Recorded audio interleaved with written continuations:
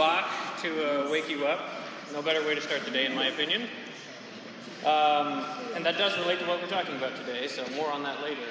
Hopefully you enjoyed your long weekend and you're ready to get back to the grind. Bad news is, though, Professor Carrillo is gone this week as well, so you have to endure me for one more lecture, and then we will return you to your regularly scheduled University of Illinois education. So during last week's lectures, we finished our look at modal mixture, or modal borrowing as it's sometimes called. And as I mentioned to my discussion section the first week of class, and maybe perhaps some of the rest of you have picked up on this, we've kind of systematically been introducing more and more chromaticism into the chords available to us when we do our part writing exercises, or when we do Roman numeral analysis on pieces of music from the common practice literature. So the very first semester of your music theory core, we looked at how in minor pieces we need to raise scale degree 7 to create the leading tone in dominant triads, all right? And that necessitates adding a sharp or a natural sign into the notated music. Then last semester we looked at, we also looked at non-harmonic tones, various kinds of non-harmonic tones, suspensions, pedal tones, passing tones, neighbor tones, so on and so forth. And we saw how these can be of two varieties. We can have diatonic non-harmonic tones. We can also have chromatic non-harmonic tones. For instance, we could have chromatic neighbor tones, or we could have chromatic passing tones. And this too would introduce flats or naturals or sharps, accidentals into the notated music. Last semester we learned about secondary dominants, or applied chords as they're sometimes called. We saw how the addition of a sharp sign can change the function of a chord so that it becomes a dominant chord to one of the subsequent chords in the progression.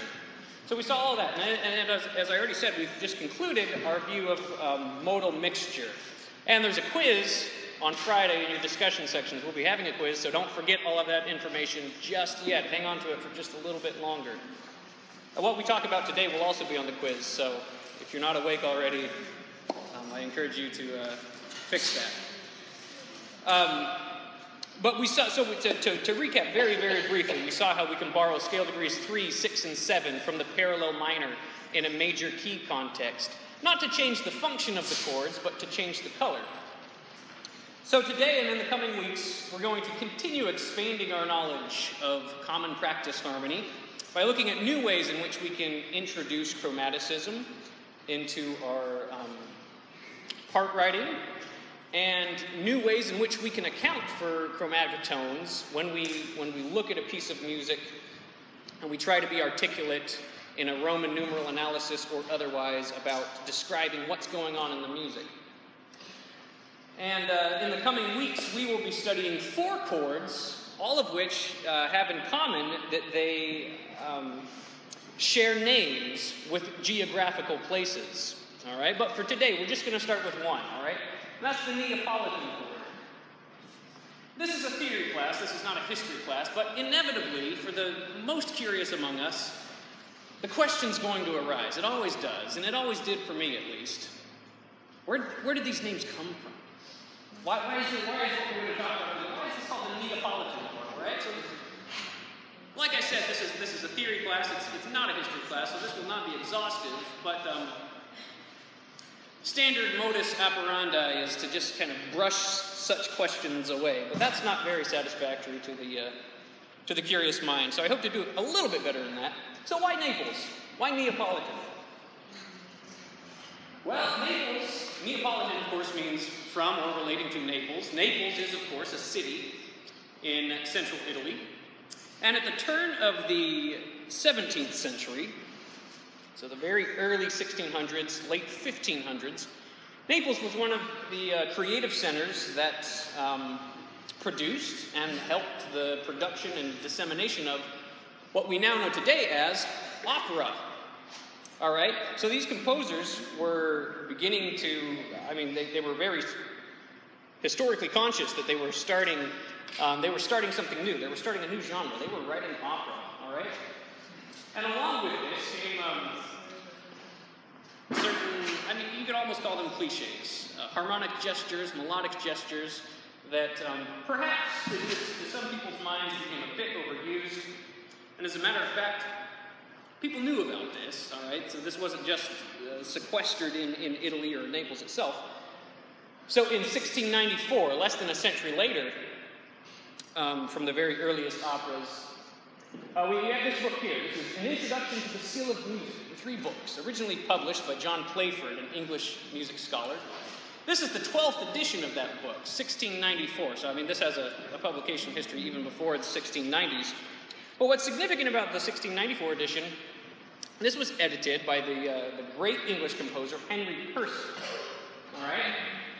Edited, some parts were corrected, expanded, and so forth. So in the 12th edition of this, Introduction to the Skill of Music, Purcell writes this, all right? So this is towards the end of the book. He says, the flat sixth before a close is a favorite note with the Italians, for they generally make use of it, all right? So he was picking up on, this is something that crowd down in Italy has been doing. They do it a lot, and it has kind of become characteristic, all right?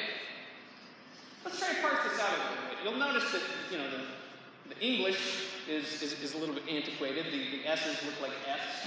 And that notation is a little bit hard to read. But what's he talking about here? All right, so the flat sixth before a close. So here I've updated the notation to perhaps make it a little bit more legible for you. Well, clearly he's not talking about the sixth scale degree, the flattened sixth scale degree, right? No, he's not thinking about that. He's thinking in terms of figured bass. He's thinking in terms of the sixth above the bass note. So I'm going to go ahead and play. So this is the example that Henry Purcell includes in this little treatise. I'm going to play it for you now.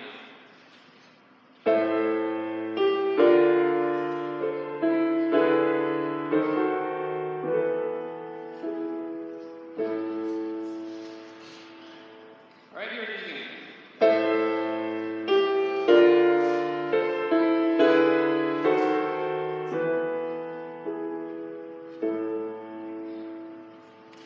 All right, so there it is there. So obviously the chord in question here is that one right there. He's talking about the flattened sixth above the bass in figured bass terms.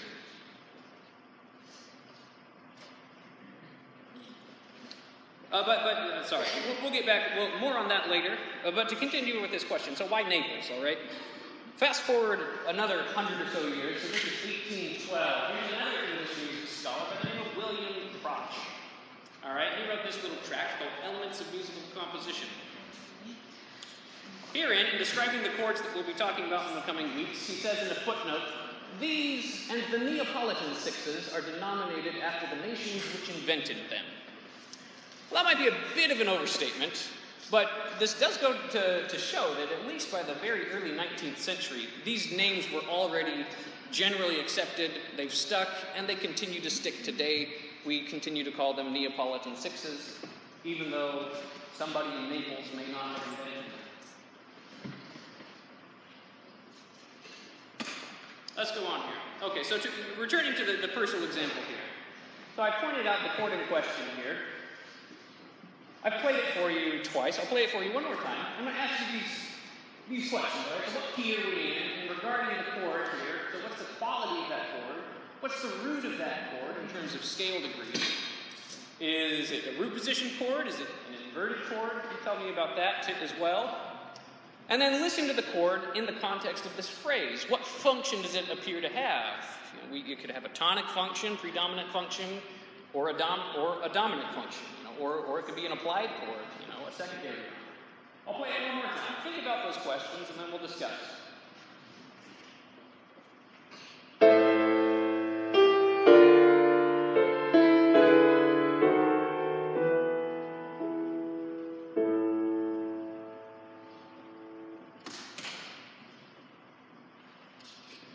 All right, so what key are we in?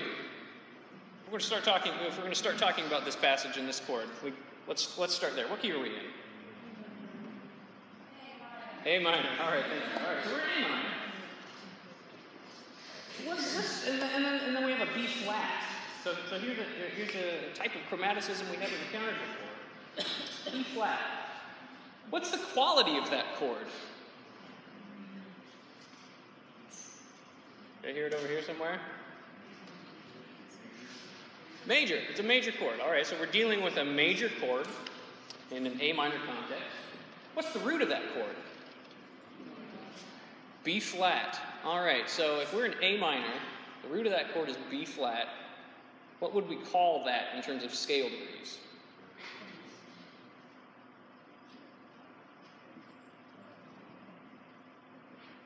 Say it louder. Flat 2? Yeah. Okay, so flat 2. Well, at this point, this might be obvious. Is it a root position or inverted chord? Inverted, right? It's in first inversion. And what seems to be the function of this chord? Predominant. Right, okay, so we've already picked up on several characteristics of this chord that may or may not be helpful to know in the coming weeks, all right? So the Neapolitan chord, what we're dealing with here is a major chord whose root is the flattened second scale degree.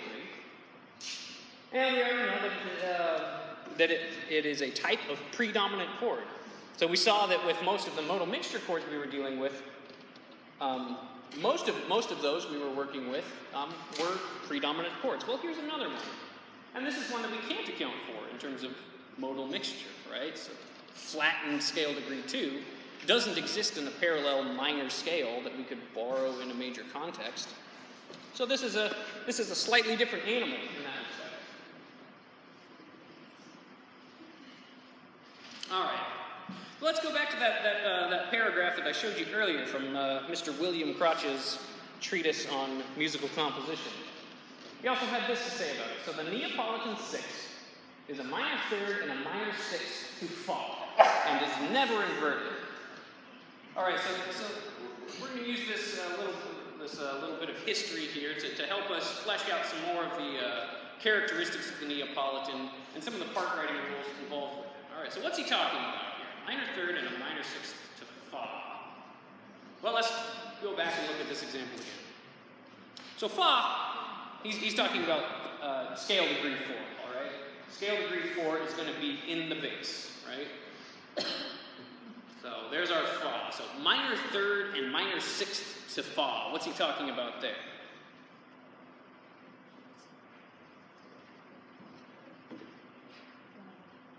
You look like you have all the answers, Matthew. Do I? Well, he's talking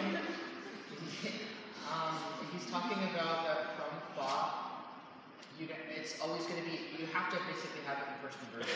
That's what he's saying. It can never, you're not going to ever see it in your position. That'll just be dissolving. Yeah, sure. So the minor third to fa, which voice has the minor thirds to fa? Tenor voice, right? Minor third to fa, and then of course the minor sixth to fa. So when he says that the Neapolitan sixth is a minor third and a minor sixth to fa, he's just describing it in other terms what you've already picked up on. What we're dealing with here is a first inversion major triad. All right? Let's continue. So you've already picked up on some of that. So when we do part writing with Neapolitan sixth chord, scale degree 4 is going to be in the bass, and as Mr. Crotch says, it is never inverted. That's a bit of an overstatement as well, as we will probably see. But for now, when we do part writing, scale degree 4 is going to be in the bass, all right? And you're going to double the bass, all right?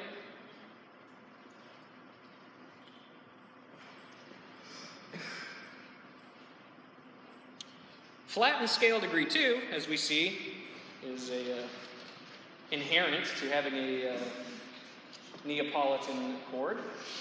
You're going to put that in soprano.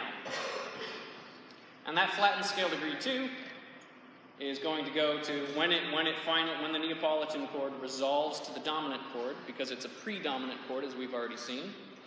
That flattened scale degree 2 is going to descend to scale degree 7, so that's our leading tone. And in case you're wondering, how can I put this into a broader context? Well, if you're in a minor key, I should mention too. Oh, I did mention it. So they're on the other side. So there's another characteristic of the Neapolitan chord.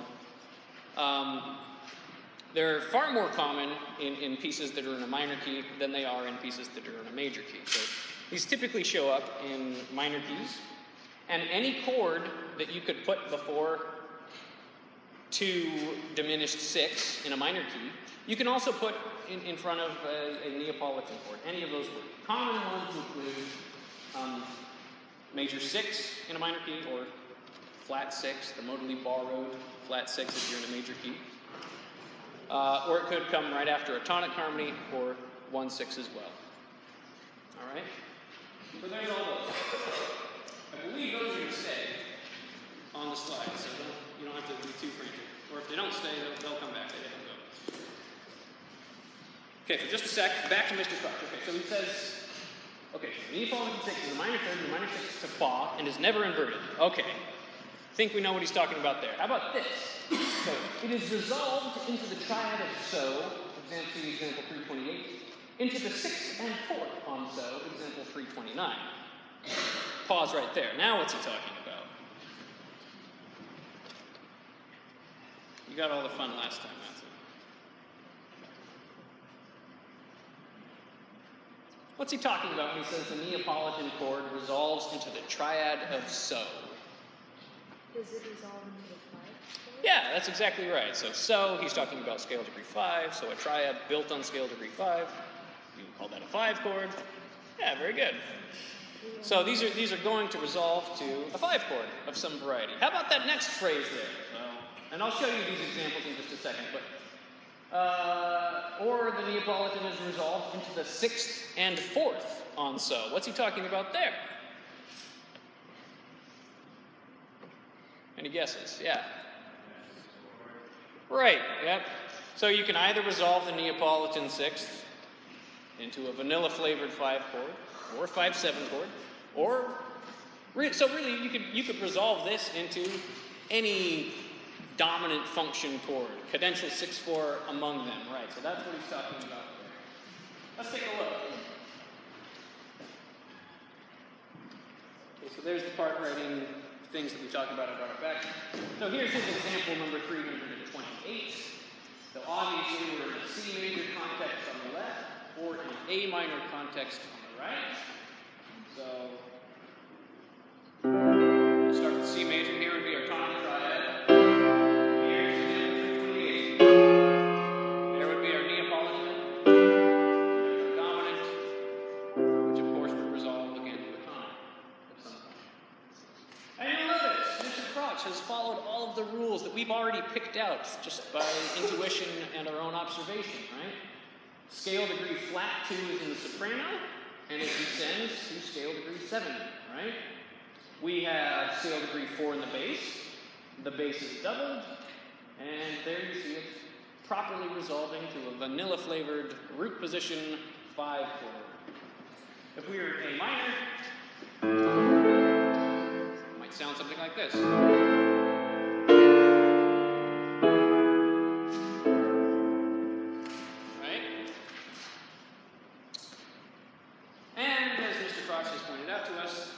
These can also resolve to first 2 cadential 6/4 chords, right? C major, here would be our tonic. Cadential 6/4, 5, 1. Or in A minor, we are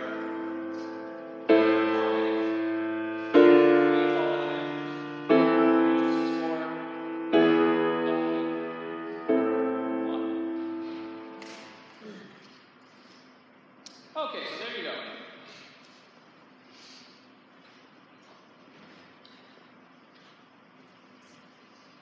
Let's see. Perfect. Okay, so at this point, if you haven't already, please get out a sheet of staff paper. All right, so we're gonna try our hand at this. We've talked around this. We've talked about the characteristics of this. We've talked about some of the part writing issues to consider. Now I'm going to ask you to apply it, all right? So go ahead. I've written out the chords that I'd like you to include. I've even given you the first chord. So go ahead and fill in all four voices for the remaining four chords here. All right, so in B minor, major 6, Neapolitan 6, 5, and then 1. Okay, enough of you are far enough along. I think we'll go ahead and take a look at this now, all right? Okay, so here we are. B minor. 6. All right, who can give me, how did they spell that 6 chord? All four voices. Who's got it? Sorry, Matthew, only one per lecture. Here, right here. Yeah, yep. G in the bass. G in the tenor. G in the alto. And a B in the soprano. Very good.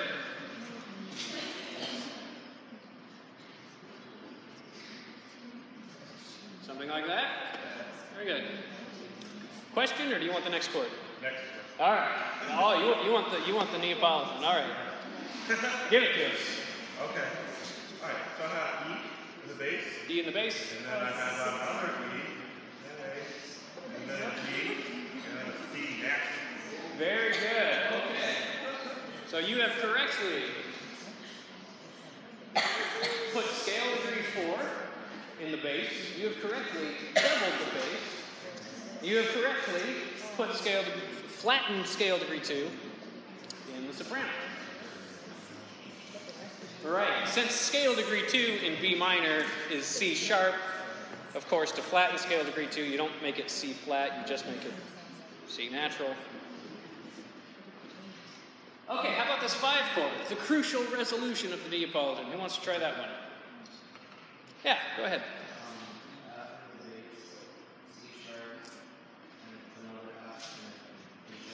Yeah, very good. Excellent. So we're going to a root position 5 chord, and you have the soprano on flat scale degree 2 correctly descending to the leading tone of our 5 chord. Very good. And of course, don't insult your intelligence. I'm just going to give you the one chord here. Let's all sing this soprano line together.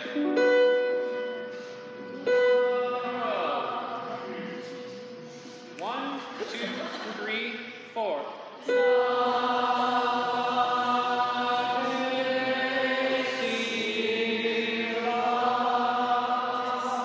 One more time. Here we go. 1, 2, 3, 4.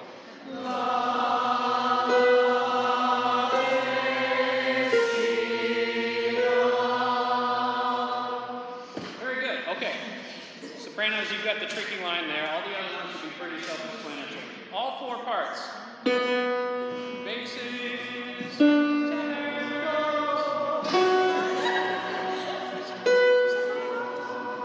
here we go.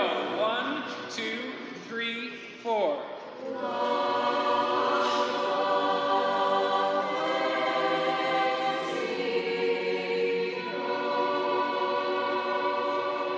Excellent. Very good. Yes. So there you have it. All right.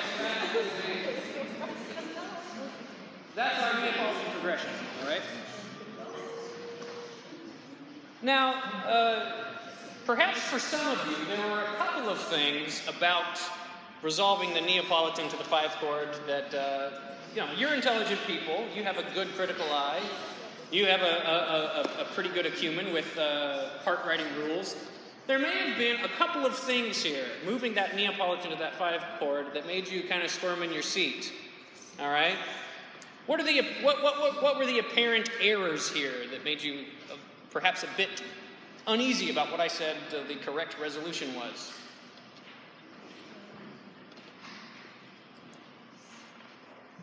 Two things that if you didn't come to lecture today and you had to grade someone else's homework, you may have marked as errors on this.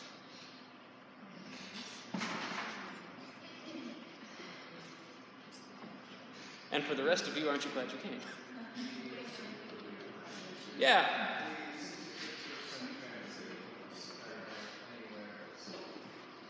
Wait, say that a little bit louder.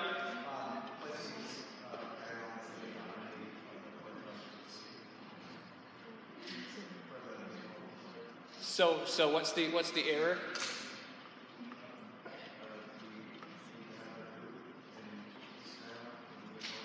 Oh, well the root of the chord is in the soprano. He's saying a possible error. Oh, a possible error? He's saying that. Oh. Yeah, well, so the soprano's fine. The soprano's fine where it is. The two errors come between the moving from the Neapolitan to the 5 chord. That's where the two errors are.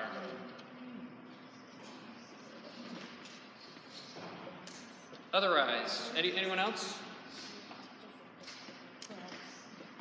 What's the interval that the soprano moves when it moves from the Neapolitan to the 5 chord? Diminished third. What the? Okay, well, you can't move augmented seconds, but you can move diminished thirds? What's with that? It looks a little bit weird. But there's another one in there. We talked about this with modal mixture as well. Notice I put a courtesy accidental on the C sharp in the tenor of the 5 chord. Why did I do that?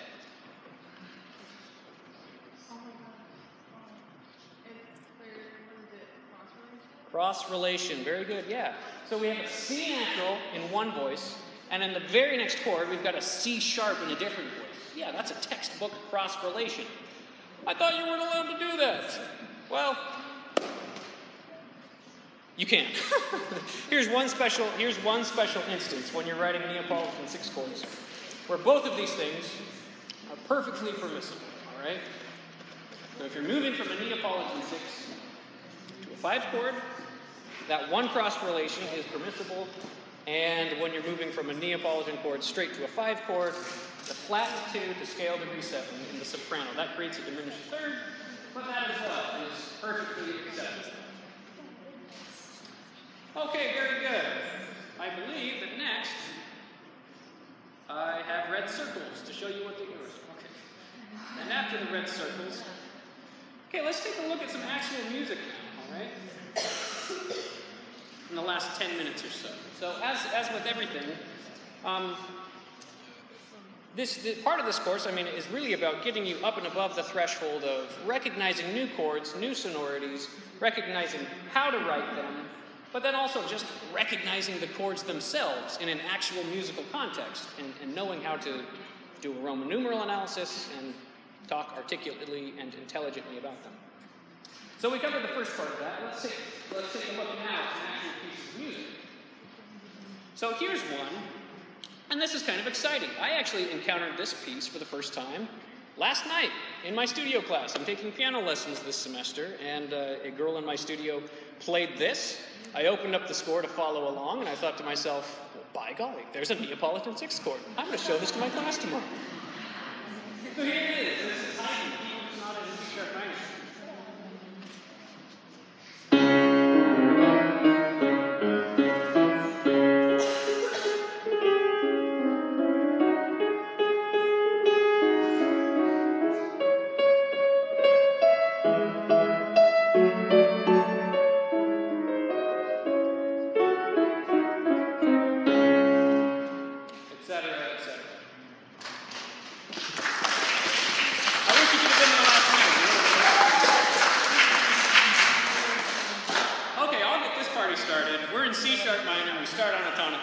To give us the next Roman numeral. Where's the harmony change? Where might we put the next Roman numeral?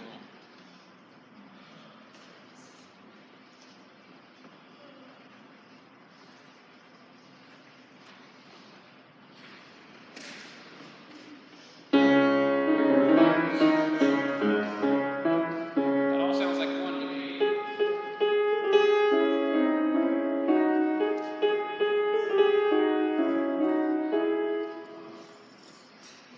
Where might we put the next Roman numeral?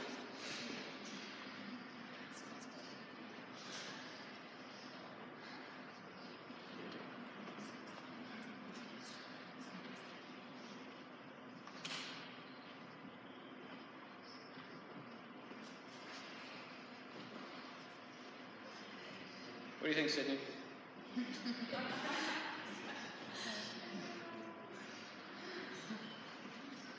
Who can help her out? Yeah, right there.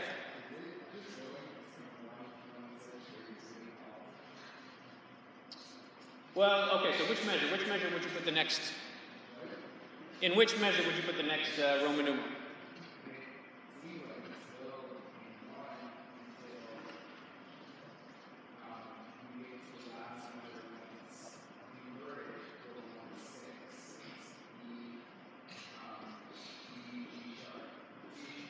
Yeah, I agree with you there. I'd put a 1/6 there.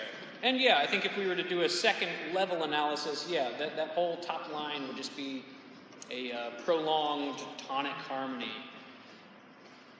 But I might put a chord there in, you might put a Roman numeral in the third measure there. We might call that a 5/4/3.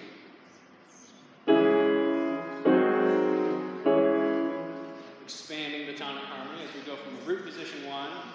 I think you were right. Yeah, we'll put a first inversion 1/6. And then the next measure, what would we do?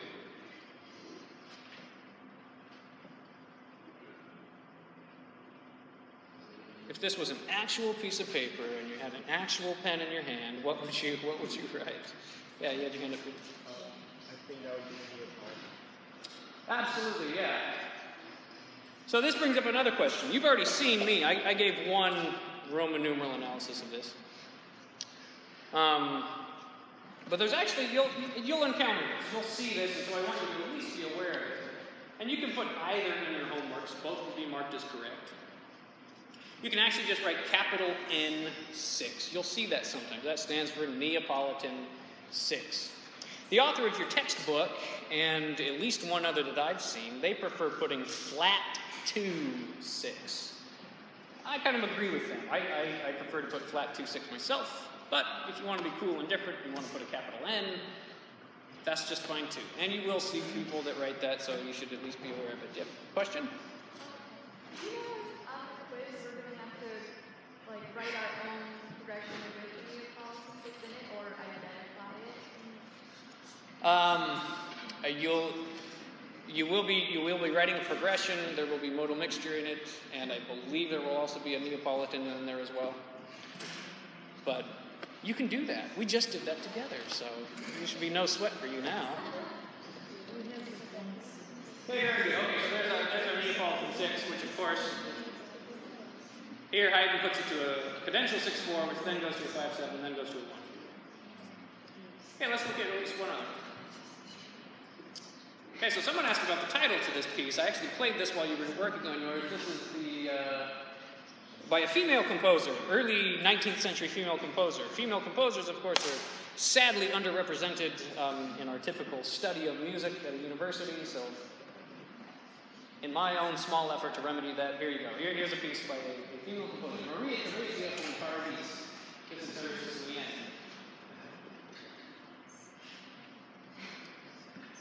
I'll play it.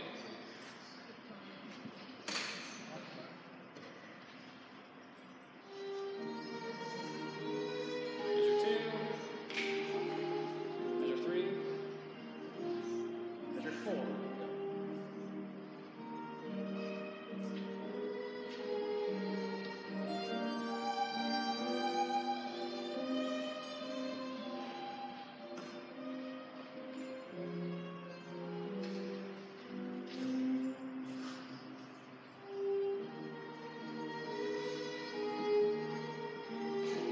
Listen to the repeat. Here we go. Measure 4.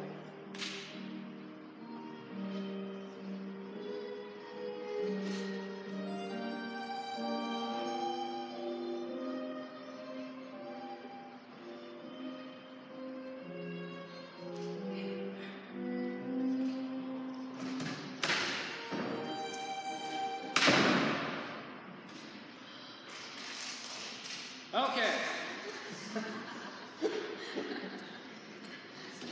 Nice to see you too. Okay, here we go. I'll start us off. I'm going to say that at least this passage begins in E-flat major. Here we are on the turn. So this is obviously the end of one phrase, and we're going into the second. Where would you put the next Roman numeral? Now, Sydney, would now be a good time?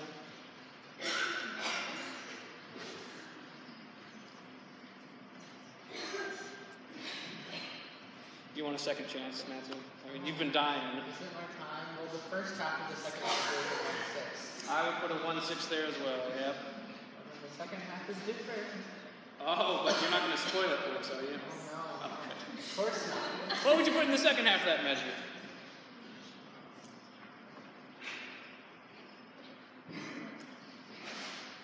Yeah.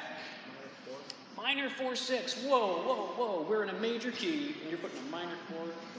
What's that called? I hope that whatever you just mumbled was modal mixture. Yeah. Modal mixture, yes. We know all about that now. Minor 4, okay. 1/6. I'll give you a hint here. All right, so this phrase does not end in E-flat major, okay? So he's modulating here. If we were still in E-flat major, we might call that chord there a 3/6, but we're headed to C minor, so that might be a minor 5/6 in C minor. How about the very last measure of that top system? What would we put there? If we're in C minor now.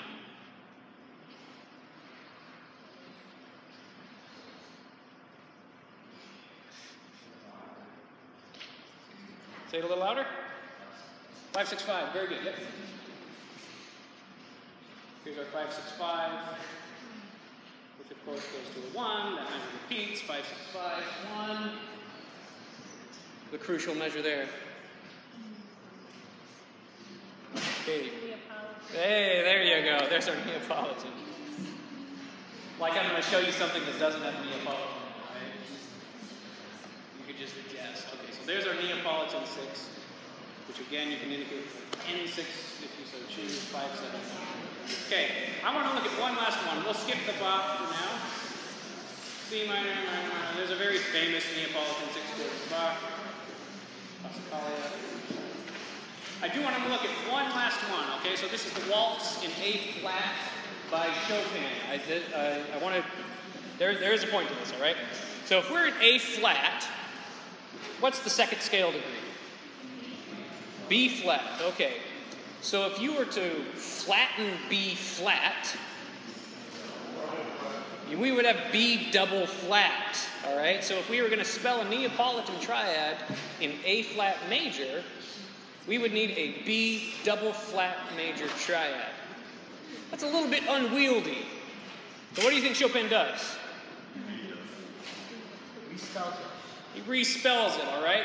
So you will run into instances in music when spelling a literal Neapolitan 6, as we've shown you, with a flat second scale degree, would be a little bit unwieldy. So composers can respell Neapolitan triads, all right? Enharmonic respelling of the triad to make it a little bit more legible, all right? So that, of course, introduces even more chromaticism into the music when you have to respell a triad like that. Okay, I'll play this for you as you leave. Thanks for being here. Professor Correa will be back next week. And remember, in your discussion sections on Friday, we'll be having a quiz, which will include both modal mixture and the Neapolitan triad. So I look forward to seeing you then.